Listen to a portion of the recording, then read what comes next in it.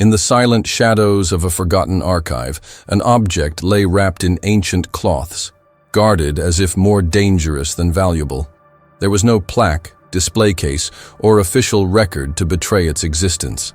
Only a few knew that there, protected by layers of dust and secrecy, lay the so-called Scroll of the Fallen Angels, an artifact so feared that for centuries it remained untouched, not even by curious hands. Its presence carried a strange gravity, as if the air around it were denser, and those who dared approach swore they felt a shiver run down their spine, a chill that came not from the temperature, but from something deeper, almost supernatural. The world has always heard stories of forbidden books, hidden manuscripts, and texts that promise to reveal truths capable of shaking the foundations of faith and reason. But this parchment was not just another ancient record. According to legend, it had been written under direct inspiration from those who once walked among men, but no longer belonged to the light. Called fallen angels in the scriptures, they were described as beings who knew the mysteries of heaven and the secrets of the depths, and who, upon being expelled, left humanity fragments of knowledge that should not be touched. It's therefore unsurprising that each generation has chosen to hide this artifact rather than study it. There have been attempts to decipher its contents in the past, but none have been completed. Accounts of these rare encounters speak not of discoveries, but of consequences. Scholars who went mad after reading just a few lines, temples that mysteriously burned during translation attempts, and entire families who swore they were haunted by voices and shadows after keeping the scroll under their roof. It was as if the text carried not just words, but something alive, something that refused to be exposed. And this is precisely where the story you are about to hear begins.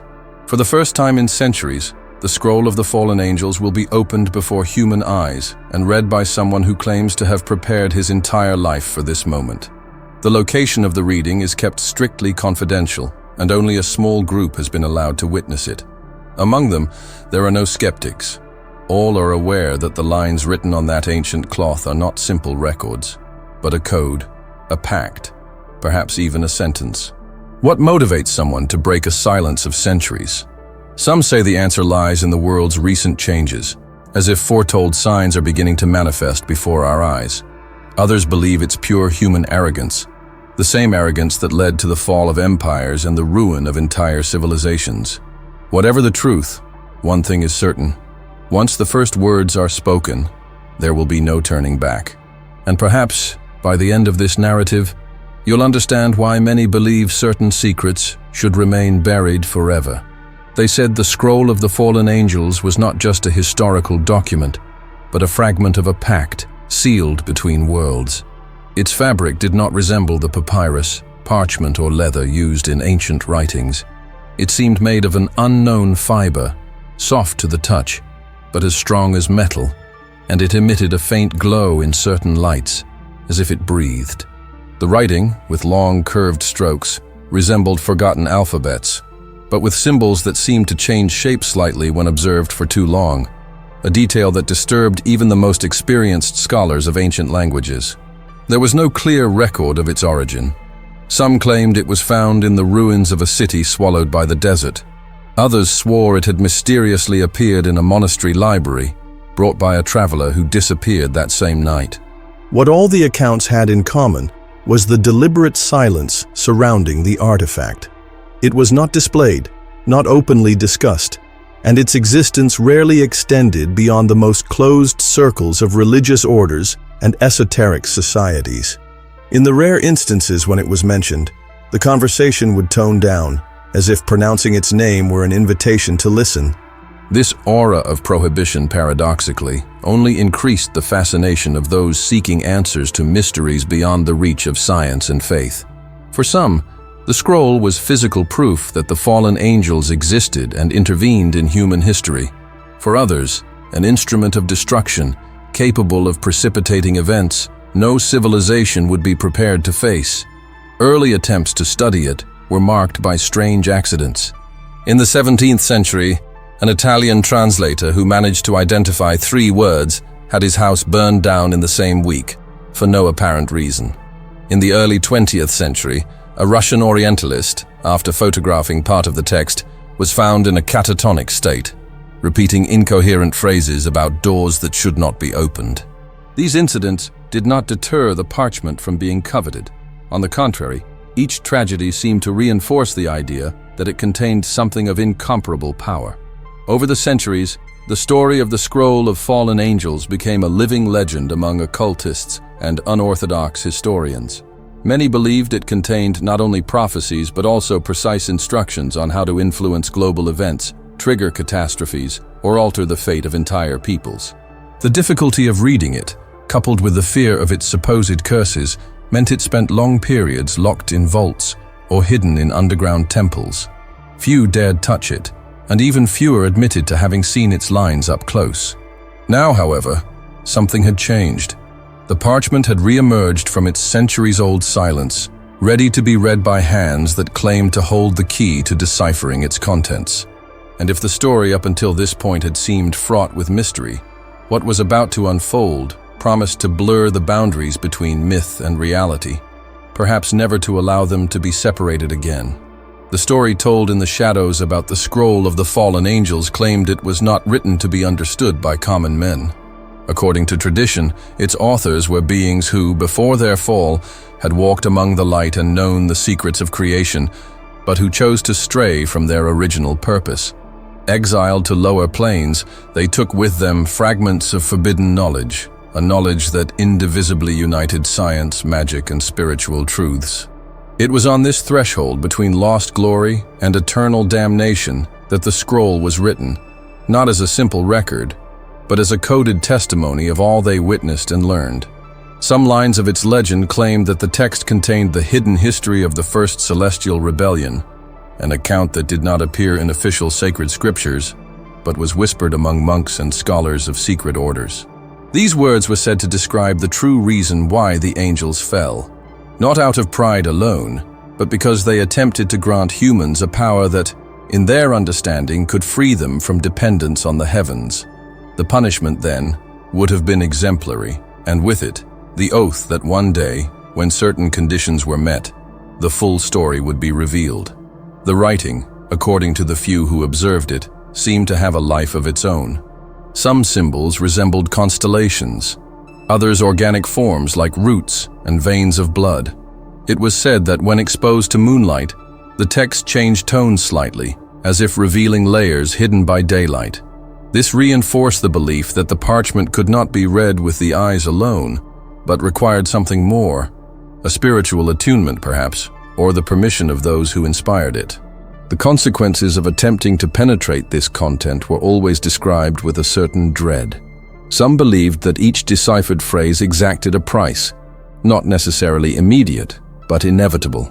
Some ancient scholars reported disturbing dreams that accompanied the nights after contact with the scroll.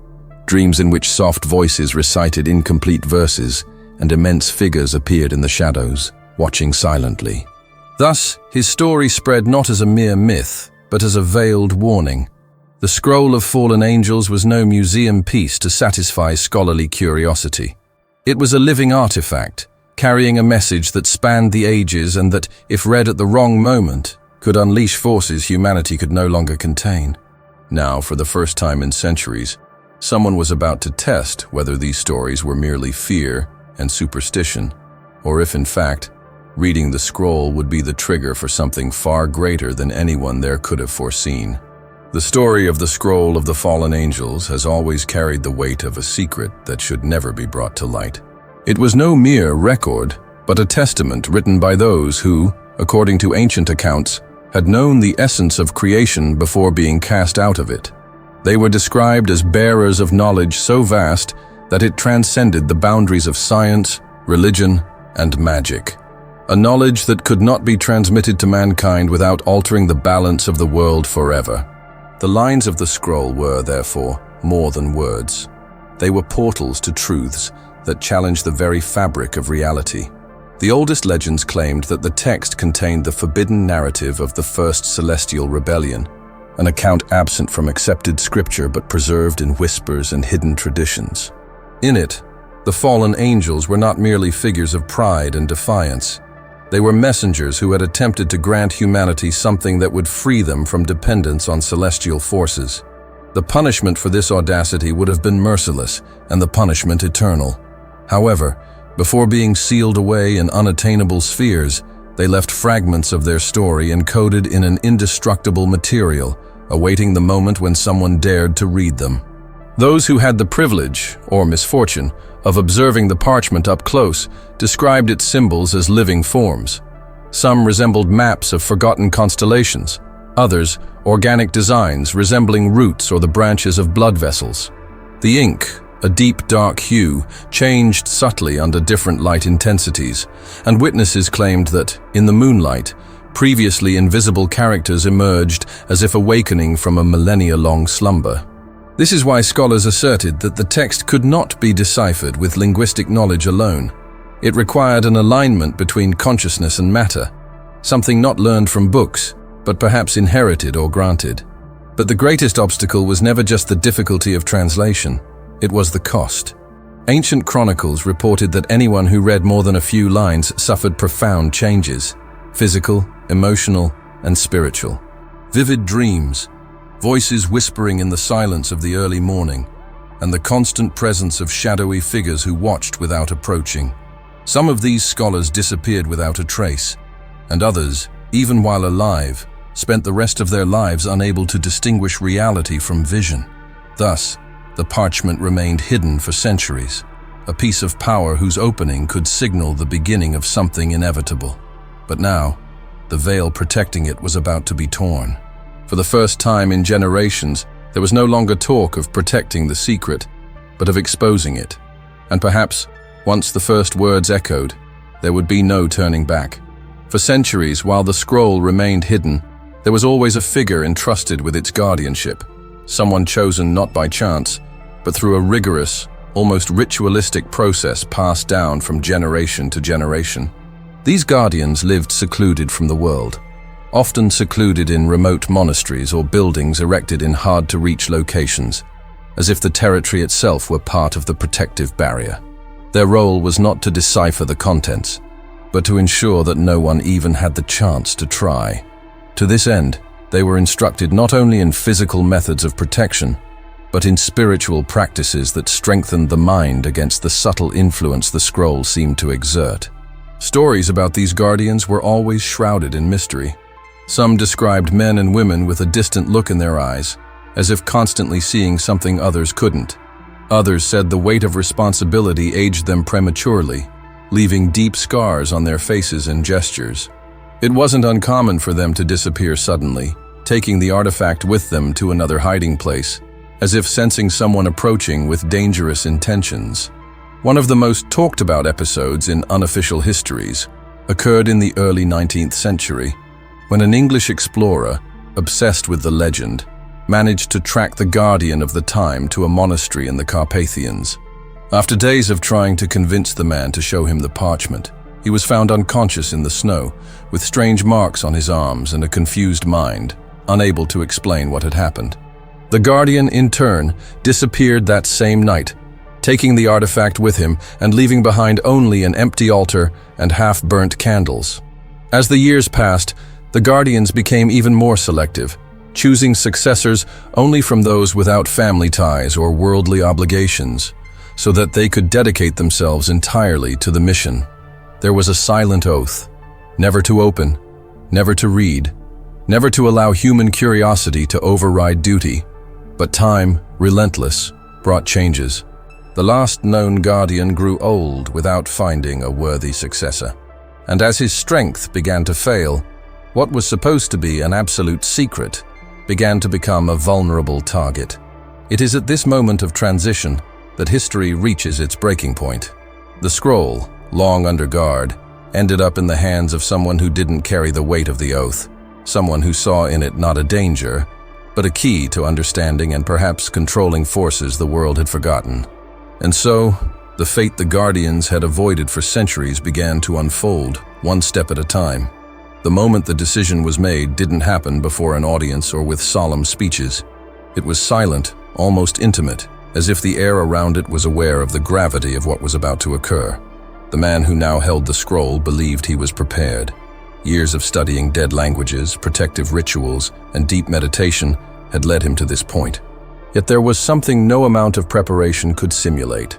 The physical sensation of holding the object and realizing that it seemed to have a pulse of its own, a subtle vibration that passed through the fabric and reached the skin. The place chosen for the reading was more than a simple refuge. It was located in an underground chamber, lit only by torches and a circle of lamps arranged around a stone table. The walls were covered with protective symbols written in different alphabets, some so ancient that few living people could identify them. Here, every detail had been planned to create a space where external or internal energies could not interfere. Yet the atmosphere had an almost suffocating weight, as if the rocks themselves held memories of ceremonies no one dared speak of. As the parchment was carefully unrolled, a low, steady sound seemed to fill the room. It wasn't wind, nor the crackling of torches. It was something closer to a distant murmur, like ancient voices moving in a language the mind recognized but couldn't translate. Those present later swore that the sound ceased at the precise moment the first symbol became fully visible in the light. The reader didn't hesitate. He sat down, took a deep breath, and ran his fingers over the lines, as if trying to establish a connection before uttering a word. His eyes moved slowly, searching for patterns, connecting signs that seemed to rearrange themselves slightly with each blink. He knew the parchment wouldn't reveal itself all at once. Each passage would require more than reading. It would require surrender. Those watching remained motionless, as if the slightest movement could shatter the fragile balance of that moment.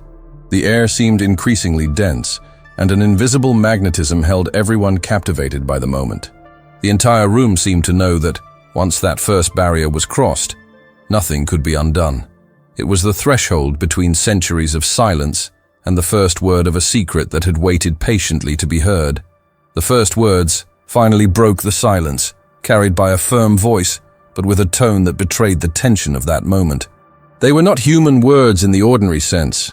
They sounded like an ancient echo, shaped by syllables that seemed to vibrate in the air before disappearing. Each sound seemed to contain more than one meaning, as if speaking directly to different layers of the mind. As the first line was uttered, the reader felt a shiver run up the back of their neck and down their spine, accompanied by a strange sensation that the space around them was expanding. As the translation formed in his mind, images began to project themselves internally. Desolate landscapes, cities covered in ash, turbulent oceans beneath red-stained skies. It was as if each symbol read released not only information, but also fragments of memory from a distant time. Between these visions, colossal figures appeared and disappeared, humanoid silhouettes, but taller, enveloped in a light that was neither light nor dark, and whose faces remained hidden. The observers, even without understanding the language, sensed something was happening. One felt his legs tremble for no apparent reason. Another swore he saw the torch's flames waver in time with the words. The atmosphere seemed to react to the reading, as if recognizing the content and preparing to receive it. And the more lines were deciphered, the denser the air became, making breathing difficult, but without anyone daring to interrupt. The text spoke of a time of great inversion, a period in which the balance between light and shadow would be disrupted, not by force, but by the collective will of a humanity that would distance itself from its own essence.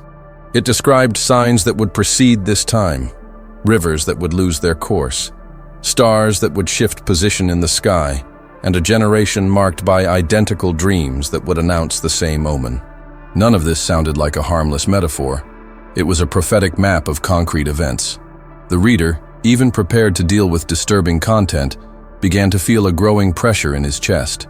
Each new sentence seemed to demand more energy, as if reading were an exchange. Something was given, but something was also taken from him. Sweat dripped down his face, and the hand holding the parchment trembled slightly. Still, he pressed on, aware that what he was discovering might not just be a revelation, but a calling. The core of the prophecy began to take shape like a terrifying enigma. The scroll's words made it clear that it was not simply a narrative about the past, but a specific warning for a future time, a time that, from the description, sounded very similar to the present. The text spoke of doors that will open from within, and ancient voices that will speak through the mouths of the innocent. These metaphors, if metaphors they were, suggested direct interference from forces that had been dormant or contained for millennia. At the heart of the message was a reference to something called the seventh dawn, described as a moment when light would not bring clarity, but would reveal what was hidden in the deepest shadows. It was at this moment, according to the scroll, that the fallen angels would manifest themselves again, not as mythological figures, but as a real presence, shaping human decisions on a global scale. The text didn't say how they would be recognized, only that their influence would be felt first in small choices until it spread like an unstoppable wave. As the reader uttered these lines, a disturbing phenomenon began to occur. The letters on the unread portion of the parchment seemed to glow faintly, as if reacting to the reading. The observers exchanged nervous glances, and one of them, unable to control the impulse, took a step back, feeling the ground vibrate beneath his feet. It was no ordinary physical vibration. It seemed to come from within, as if something were pulsing along with his own heart. The prophecy of finals, which must be as breaking it precipitate. This seal was not described an object, a place. The ambiguity heightened the tension, as it left the feeling that anything could trigger what the text called the extinguishing of the last sun. The tone of the sentences was not alarmist. It was almost serene, as if accepting that the outcome had already been written and was merely biding its time. The reader began to feel that each word required more than just concentration. It was as if, with his own voice, he were opening doors that had remained closed for ages. And at the same time, a strange lucidity began to set in. He perceived connections with recent events, news stories, signs that had previously seemed disconnected. Everything was beginning to make sense, but in a way that brought more unease than relief. The impact of those words wasn't limited to intellectual understanding. There seemed to be a physical, almost tangible repercussion in the room. As soon as the reader finished pronouncing the central passage, a thick silence filled the room, as if all sound had been sucked into some invisible point. The flames of the torches wavered, not from the action of the wind, but as if an invisible force had passed through them, testing their limits. It was at that moment that everyone realized something had been unleashed. Those present didn't exchange words, but their looks spoke volumes. One of them, more sensitive, placed his hand on his chest, claiming to feel a strong pressure, as if an invisible weight had settled there. Another swore he heard, in the background, a deep, distant chant, coming from nowhere and everywhere at once. No one dared interrupt the reader, as it was clear the process could not be interrupted without consequences. As he continued, the reader began to notice subtle shifts in his own perception. The space seemed larger than it actually was, and indistinct figures appeared at the periphery of his vision. They weren't solid, but their forms gave the impression of watching intently, like ancient sentinels who had been waiting for this moment for a long time. It was impossible to tell whether they were guardians or silent witnesses to what was being awakened. The text described that, when the prophecy was revealed, the echoes would spread like wildfire through dry stubble, reaching places and people who had never heard of the scroll, but who would sense the impending change in dreams and premonitions. What was most disturbing was the clarity with which certain dates and events seemed to align with recent world events, as if the reading were merely confirmation of a cosmic clock already ticking down. When the passage was finished, the reader closed his eyes for a moment, trying to catch his breath. The parchment, however, seemed more alive than ever. The still unread letters pulsed like embers, emitting an energy that could not be ignored. Everyone in the room knew, without needing to be said, that from that moment on, nothing would be the same. It was as if the world outside was already feeling the first tremors of something that had been set in motion. The hidden meaning began to take shape like an invisible map, revealed only to those willing to look beyond the surface of the words. The reader, now more focused than ever, plunged into the final lines of that passage, as if walking down a narrow corridor leading to a locked door. It wasn't just the content that was impressive, but the way each sentence seemed to answer questions that had never been asked aloud. The text indicated that the prophecy did not speak of an apocalypse in the popular sense, sudden destruction and immediate chaos, but of a gradual and inevitable transformation. It spoke of a painful awakening, in which humanity would realize that the reality around it had been shaped by unseen forces for millennia. And when this awareness emerged, there would be a moment of division. Some would turn to the light, while others would be drawn irresistibly into the shadows. The scroll suggested that this process was already underway, using metaphors that described seeds sown on fertile soil ages ago, and fruits that ripen only at the right time. These fruits, according to the translation, would be events and changes in the collective mind, preparing the ground for the arrival of those who had been expelled, not as violent conquerors, but as subtle guides, capable of influencing the dreams, thoughts, and crucial decisions of leaders and peoples. Those watching the reading were immersed in an almost reverent silence, but the tension was palpable. Some stared at the parchment with fear, as if each symbol were a trap. Others, however, seemed fascinated, absorbing each word as if facing a revelation they had always expected, even without knowing it. It was possible to sense that there, between the lines, were instructions, not written directly, but encoded in a symbolism that eluded common understanding.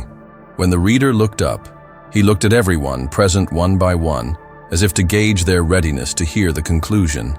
The feeling in the air was that this wasn't just a warning, but an invitation, a dangerous invitation, disguised as a prophecy that could transform anyone who accepted it.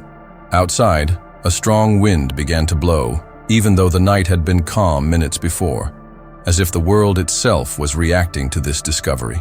Finishing the reading didn't bring relief, but rather a strange sense of absence, as if something that had always been dormant had just risen and departed, leaving behind an invisible trail.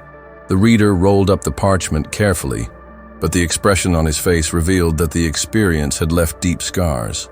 His eyes seemed heavier, as if they now carried not only the knowledge but also the burden of what that knowledge meant. The final text made it clear that the message was not for everyone, but for those capable of listening without getting lost. It spoke of signs that would multiply, of seemingly chance encounters that were, in fact, alignments prepared for centuries. It mentioned that when the last guardian crossed the threshold, the barriers would become more fragile, allowing the entry of voices and presences that would shape Earth's destiny without most noticing. Inside the room, no one dared speak. Each person processed what they had just heard in their own way. Some felt fear, some felt called, and above all, some had the uneasy feeling that the scroll had not been read by chance, that this moment had been calculated long before anyone there was born. And yet, what to do with this revelation? Keep it hidden, or allow the world to know it? This decision now was a shadow hanging over everyone. The reader knew that, by uttering the final words, he had become part of the prophecy itself. He was no longer just a scholar or a curious observer.